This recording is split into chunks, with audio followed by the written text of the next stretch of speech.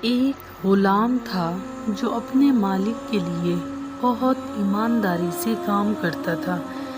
ایک دن مالک نے اسے کہا، جاؤ بازار سے سب سے بہترین گوشت لے آؤ۔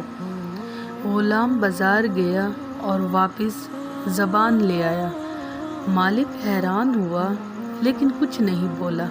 کچھ دن بعد مالک نے پھر کہا، اب سب سے بری چیز لے آؤ۔ غلام پھر بازار گیا اور دوبارہ زبان لے آیا۔ مالک نے پوچھا، یہ کیا بات ہوئی؟ غلام نے جواب دیا، اگر زبان اچھی ہو تو سب سے بہترین چیز ہے اور اگر بری ہو تو سب سے بری بھی یہی ہے۔ سبق: انسان کی زبان ہی اس کی عزت بھی بناتی ہے اور بربادی بھی۔